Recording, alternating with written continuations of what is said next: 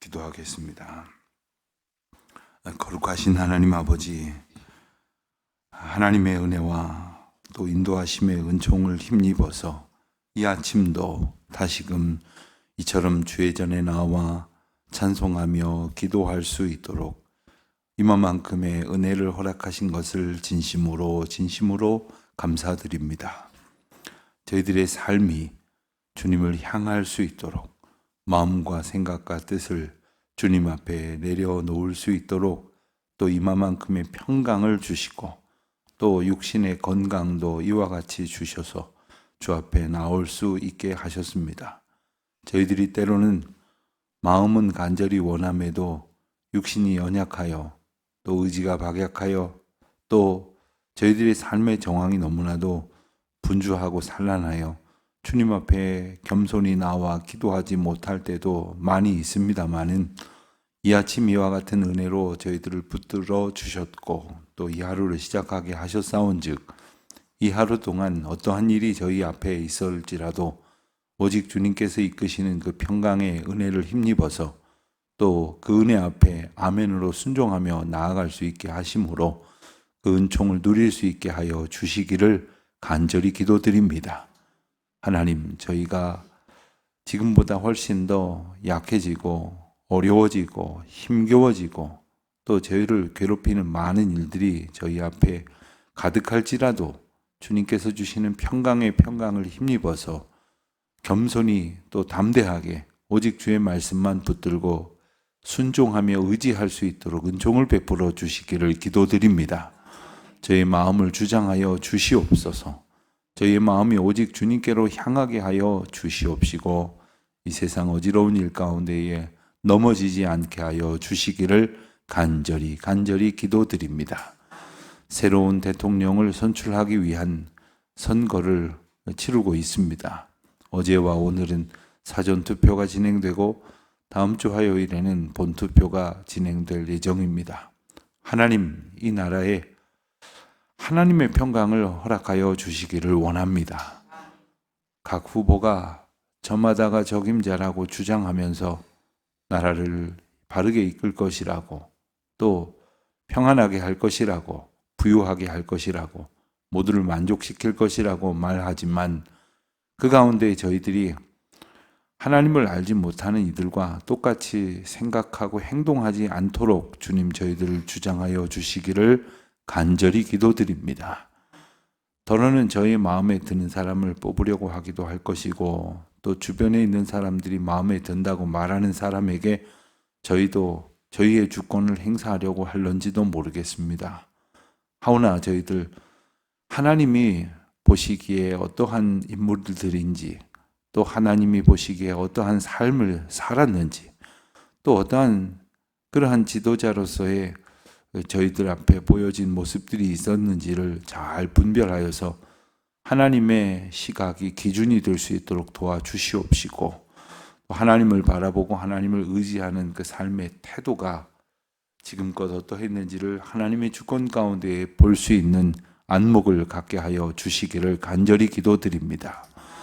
이 나라가 하나님의 뜻과 하나님의 공의에 합당한 나라가 될 수 있도록 주님 저희들을 불쌍히 여겨 주시옵시고 긍휼을 베풀어 주시기를 간절히 기도드립니다.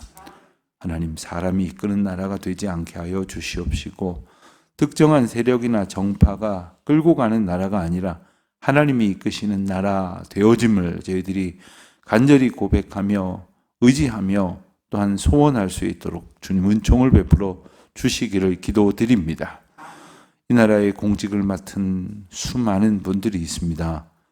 그들에게 맡겨주신 책무가 참으로 무겁고 귀한 것일진데 그들이 그 모든 일들을 주님께로부터 받은 것임을 잊지 않도록 주님 붙들어 주시옵소서. 어디 그분들 뿐이겠습니까? 저희가 이 세상을 살면서 담당해야 할 많은 일들이 오직 주님께로부터 왔음을 잊지 아니하는 저희들의 하루하루가 되게 하여 주시기를 기도드립니다. 하나님, 특별히 생업을 맡은 자들, 이 땅에서 저마다에게 주신 하나님의 소명을 따라 오늘도 충성하며 섬기고 수고하고 봉사할 때에 하늘의 신령한 은혜가 나타날 수 있도록 은총을 베풀어 주시옵소서. 아버지 하나님, 저희가 늘 말씀을 대합니다마는 말씀이 저희 안에서 살아 역사하는 놀라운 은혜를 체험할 수 있도록 저희들이 말씀 안에 온전히 의지하게 하시고, 또 말씀을 통하여 저희에게 말씀하시는 주님, 그리고 이끄시는 성령 하나님을 더욱 의지하는 주의 자녀들 되게 하여 주시옵소서. 예배당 건축 공사장의 지하 1층 콘크리트 타설 작업이 잘 마무리되어지게 하심을 감사합니다. 각급 관청의 지도 감독도 원만하게 이루어지게 하신 것도 감사합니다. 또한 한 층 한 층 저희들이 준비하여 올라가야 할 공정 과정 가운데에서 하나님의 도우심을 이토록 힘입게 하신 것 감사합니다. 특별히 시공사와 또 예하에 있는 모든 하청업체들을 하나님 축복하여 주셔서 저들 회사들이 이 공사를 통하여 하나님의 복을 얻을 수 있도록 주님 은총을 베풀어 주시기를 기도드립니다. 하나님, 저들이 하나님의 평강을 경험하게 하여 주시옵시고, 하나님의 집을 짓는 자들에게 베푸시는 놀라운 은혜를 겸하여 얻게 하여 주시기를 기도드립니다. 이제 남은 골조 공사의 모든 과정, 그리고 이제 저희들이 예정하고 있는 모든 공기가 순조롭게 이루어질 수 있도록 은혜를 베풀어 주시고, 조그마한 안전사고도 없도록 하나님께서 주장하여 주시기를 간절히 기도드립니다. 특별히 그 주변에 있는 이웃들에게 정말 저희들이 많은 불편을 부득이하게 끼치고 있는 줄 아오니 하나님, 저들을 위로하여 주시옵시고, 하나님의 은혜 안에 정말 교회와 이웃이, 또 교회와 성도들이, 주민들이 함께 연합하여 하나님의 영광을 볼 수 있는 그 시간들이 되어지게 하여 주시옵소서. 하나님, 저희의 오늘 하루를 온전히 주님 앞에 의탁합니다. 붙드시고 인도하여 주시고 하늘 영광 선포하여 주시옵소서. 저들을 통하여 감당케 하시는 이 세상의 모든 일들과 주의 권능의 일이 하나님의 뜻 가운데에서 순적하게 이루어지게 하여 주시옵소서. 감사하오며 이 모든 말씀 우리 주 예수 그리스도의 이름으로 기도드립니다. 아멘. 민수기 31장 말씀을 보겠습니다. 민수기 31장 13절부터 24절까지 말씀 우리 다 같이 한 목소리로 봉독하겠습니다. 민수기 31장 13절부터 24절입니다. 모세와 제사장 엘르아살과 회중의 지도자들이 다 진영 밖에 나가서 영접하다가 모세가 군대의 지휘관 곧 싸움에서 돌아온 천부장들과 백부장들에게 보아니라. 모세가 그들에게 이르되 너희가 여자들을 다 살려두었느냐. 보라, 이들이 발람의 꾀를 따라 이스라엘 자손을 부올의 사건에서 여호와 앞에 범죄하게 하여 여호와의 회중 가운데에 연병이 일어나게 하였느니라. 그러므로 아이들 중에서 남자는 다 죽이고 남자와 동침하여 사내를 아는 여자도 다 죽이고 남자와 동침하지 아니하여 사내를 알지 못하는 여자들은 다 너희를 위하여 살려둘 것이니라. 너희는 이래 동안 진영 밖에 주둔하라. 누구든지 살인자나 죽임을 당한 사체를 만진 자는 셋째 날과 일곱째 날에 몸을 깨끗하게 하고 너희의 포로도 깨끗하게 할 것이며, 모든 의복과 가죽으로 만든 모든 것을, 염소 털로 만든 것과 나무로 만든 모든 것을 다 깨끗하게 할지니라. 제사장 엘르아살이 싸움에 나갔던 군인들에게 이르되 이는 여호와께서 모세에게 명령하신 율법이니라. 금, 은, 동, 철과 수석과 납 등 불에 견딜 만한 모든 물건은 불로 지나게 하라. 그리하면 깨끗하려니와 다만 정결하게 하는 물로 그것을 깨끗하게 할 것이며, 불에 견디지 못할 모든 것은 물을 지나게 할 것이니라. 너희는 일곱째 날에 옷을 빨아서 깨끗하게 한 후에 진영에 들어올지니라. 아멘. 앞서 31장 앞부분 말씀에서 우리는 하나님께서 이스라엘 백성들로 하여금 미디안과 전쟁을 치르도록 명령하셨던 내용을 보았습니다. 미디안과의 전쟁은 몇 가지 특징이 있는데, 그 중에 하나는 다른 전쟁에 비해서 이스라엘 백성들의 숫자가 적었다는 겁니다. 그러니까 이것은 이스라엘 백성들의 능력으로 하는 전쟁이 아니라 하나님께서 강권적으로 개입하신 전쟁이었고, 하나님께서 싸우시며 또한 이스라엘 백성들로 하여금 싸우도록 하시는 전쟁입니다. 자, 가령 하나님께서 미디안 백성들을 그대로 진멸하시는 데만 목적이 있었다면 그곳에 재해를 내리시거나 그곳을 초자연적인 방법으로 얼마든지 멸하실 수도 있었을 것입니다. 그러나 전쟁을 통해서 그들을 멸하신 것은 이스라엘 백성들에게도 주시는 교훈과 은혜가 있기 때문입니다. 그것은 하나님의 영적 싸움에 쓰임받는 도구로서의 기쁨, 그리고 싸움을 승리하게 하심으로 인하여 갖는 그 승리의 감격, 승리하게 하심으로 승리를 더욱 기뻐하며 간절히 바라볼 수 있고, 또 패배를 두려워하지 않게 하시는 은혜를 베푸시기 위함이셨던 것이기도 합니다. 완벽하게 승리를 했죠. 그래서 그들은 승전가를 부르면서 많은 전리품과 또 포로들을 획득해서 돌아올 수 있는 그런 형편이 되었습니다. 그런데 문제가 생겼습니다. 오늘 본문은 바로 그 문제를 다루고 있는데, 먼저 13절에 보면 모세와 제사장 엘르아살과 지도자들이 진영 밖으로 나가서 그 싸움에 나갔던 이스라엘 백성들을 영접을 합니다.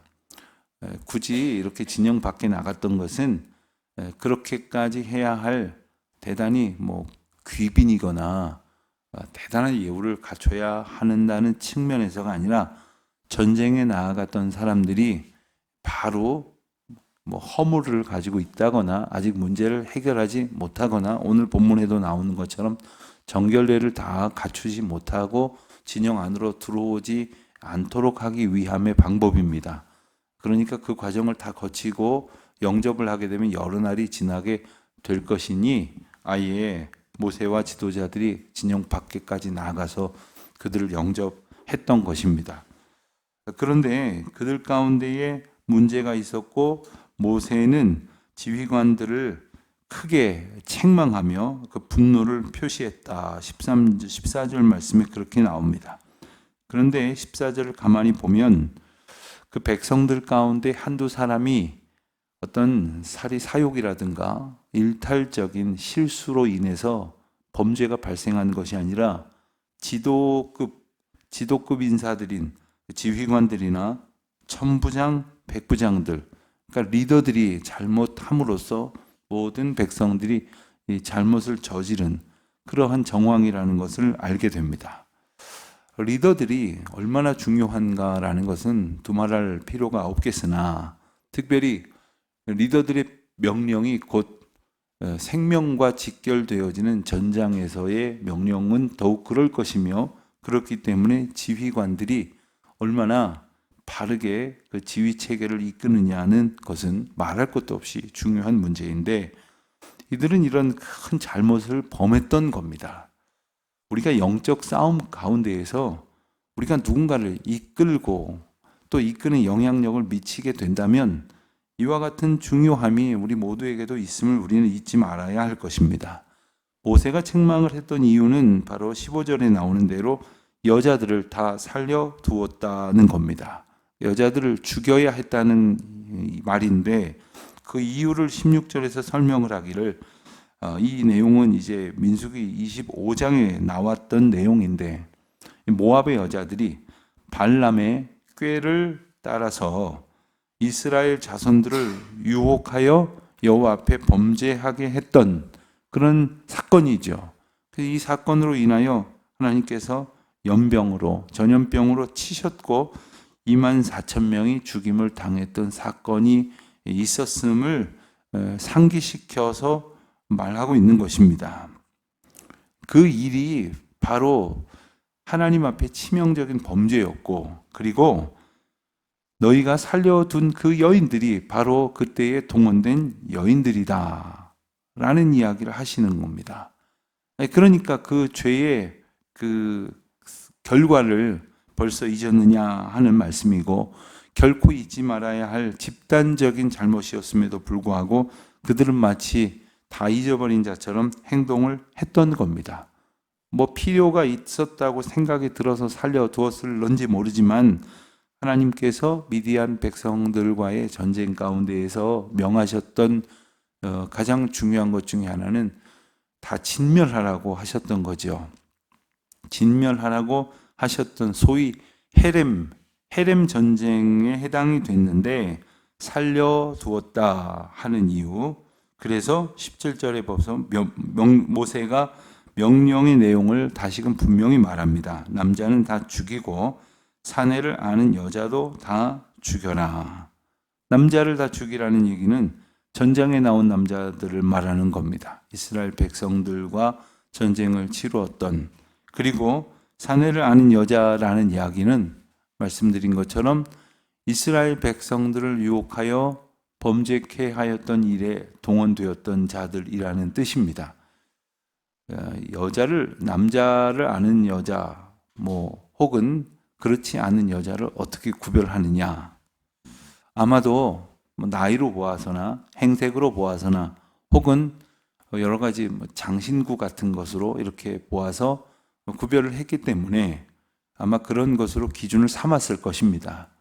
예전에 우리나라의 고대 전통의 복식도 보면 사내의 경우 결혼을 하면 이제 머리를 올리고 상투를 튼다거나 혹은 여인들도 쪽을 찐다거나 이런 식으로 이제 표시가 나는 행색을 함으로써 다른 사람들에게 나는 결혼한 여자입니다. 나는 나의 남편이 있는 여자입니다. 이런 표시를 하는 것처럼 동서고금을 막론하고 결혼한 자들에 대한 어떤 일종의 그 사회적인 인식표, 표식이 있었을 것을 아마도 참고했을 것입니다. 그래서 남자들을 알지 못하는 어린 여자들을 살려둘 수는 있어도 나머지는 다 죽이라고 분명히 말했던 겁니다. 이것은 그 죄와 연관이 되어 있음을 앞서 말씀드린 것처럼 분명히 기억해야 했던 겁니다. 죄를 씻기 위한 전쟁이었고 미디안을 멸하라고 하신 전쟁의 이유 자체가 하나님을 대적하고 하나님의 백성들을 대적했던 미디안 백성들을 진멸하도록 하시기 위한 하나님의 징계의 과정이었다라는 것을 그들로 인식하게 하셨던 것이죠. 자, 그리고 이제 10절, 19절 이하에 보면 전쟁에 나아갔던 사람들의 정결 예식에 대한 말씀을 이렇게 일러 주십니다. 우선 동원된 군사들에게 정결을 요구하십니다. 19절에 보면 너희는 이레 동안 진영 밖에 주둔하라. 전쟁을 치렀습니다. 승리를 했습니다. 마치 개선 장군처럼 그렇게 자랑스럽게 올 수 있겠지만 7일 동안 진영 밖에 주둔함으로 그들의 정결함을 회복하라 하는 것입니다. 우리나라 서울의 저 북쪽에 보면 그 세검정이라는 동네가 있습니다. 세검정의 이름의 유래는 검을 씻는다라는 뜻인데, 그 유래를 보면 정조가 세자였을 때에 그 반역의 무리들이 있었다고 합니다. 근데 그 반역의 무리들 처단한 그 군사들이 다시 왕궁으로 돌아오기 전에 검에 묻은 피를 그 세검정에서 씻었다 하는 그러한 유래를 가지고 있는데, 그에 앞서서도 가령 주로 서울의 북쪽 방향에서 전쟁을 치르고 이제 왕에게 그 아련하기 위해 돌아온 병사들이 그대로 들어오는 것이 아니라 세검정 부근 혹은 꼭 거기가 아니더라도 물이 흐르는 그런 부근에서 칼을 씻듯이 마음을 씻고, 그리고 일종의 그 전쟁을 치른 자들이 갖는 어떤 도끼가 있다고 그럴까요? 어떤 노기가 있다고 그럴까요? 그 흥분된 마음들을 가라앉히는 거죠. 성경의 정결법을 알지 못하던 이들도 아마 그런 의미들을 아마 가지고 있었을 것입니다. 그런데 성경에서 말하는 정결법은 바로 부정하게 된 자들이 정결의 규례를 지키는 것을 의미합니다. 그래서 깨끗하게 하나님 앞에서 자신들의 모든 죄와 그리고 그 피 묻은 검을 씻듯이 자신들의 모든 마음을 씻는 그러한 과정들을 거치라 하는 거죠. 뿐만이 아닙니다. 사람뿐만 아니라 20절 이하에 보면 모든 의복, 또 가죽으로 만든 것, 또 염소 털로 만든 것, 나무로 만든 모든 것 다 깨끗하게 해야 한다라고 말씀을 하십니다. 이것이 바로 이스라엘 백성들에게 주신 율법입니다. 더러워질 수 있는, 또 더러워진 인생을 깨끗하게 하여 주님 앞에 나오도록 요구하시는 하나님의 정결리에입니다. 22절에 보면 금, 은, 동, 철, 주석, 납 등 이제 불에 견딜 만한 것들은 불을 통과하여 깨끗하게 하라는 것입니다. 아주 오래전에 기억이 나는데 학교에서 어떤 친구가 가시가 이렇게 박혔는데 그때 그날따라 학교 양호실에 양호 선생님이 안 나오셨던 날이었던 것을 기억해요. 그러니까 선생님께서 주사기 바늘을 알코올 램프를 켜셔서 이렇게 달구시더니 그냥 이렇게 그 끝을 가지고 조심스럽게 이제 가시 박힌 손을 이렇게 잘 이렇게 땄다고 그래야 되나요? 그래서 이제 피가 조금 나긴 했지만 가시를 이렇게 잘 빼냈던 그런 생각이 나요. 그래서 왜 그렇게 하십니까? 소독을 하는 거라고. 여러분 간단하게 집에서 뭐 요즘 같은 경우 소독약도 좋은 거 나오고 깨끗한 바늘 같은 것도 얼마든지 쉽게 구할 수 있지만 뭐 그렇게 해야겠죠. 우리가 뭐 바늘 끝에 묻은 잡균 하나를 제거하는 것도 뭐 그렇게 하면 얼마든지 해결된다는 것을 알지만 이 정결의 예시 가운데에서는 불 가운데로 물 가운데로 지나게 하시는 것이 하나님께서 허락하시는 그 영적인 법도의 가시적인 모습입니다. 불을 지나거나 혹은 불로 지날 때에 뭐 형태가 다 사라지거나 타버리거나 망가질 수밖에 없는 것들은 물 가운데로 지나게 함으로써 그 정결한 예를 갖는 것입니다. 물론 과학적으로 볼 때 불 가운데 지났다고 해서 다 모든 그 세균이라든가 이런 것들이 사라지는 것이라고 단정할 수는 없겠죠. 물 가운데로 지났다고 해서 이 정결수를 지난다고 하는 것이 이 정결하게 만든 그 물을 깊이 빠뜨렸다가 건져 올리는 방식도 있었고, 그리고 정결수를 뿌리는 방법도 있었습니다. 아마 요즘 같으면 이렇게 다림질 하실 때 쓰는 그 스프레이 같은 거 있죠? 그걸로 칙칙 이렇게 뿌렸을지도 모르겠습니다만 그때 그런 게 어디 있었겠습니까? 이게 물 가지고 이렇게 뿌리는 거죠. 그러나 그 예식을 통해서 그 물건들도 깨끗하여지게 하셨던 하나님께서 그 물건들을 깨끗하게 하게 하시면서 우리의 마음과 영혼은 더욱 깨끗하도록 요구하시는, 그래서 하나님 앞에 정결한 백성으로 나아가도록 끊임없이 요구하신다는 사실을 우리는 기억해야 한다는 거죠.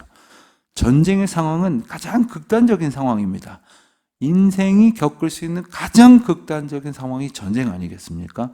우리가 예컨대 살면서 누군가와 조금 마음이 불편한 갈등, 다툼, 어떤 그 작은 것으로 인하여 이렇게 싸우고 다투는 것으로도 얼마나 마음이 괴롭고 불편합니까?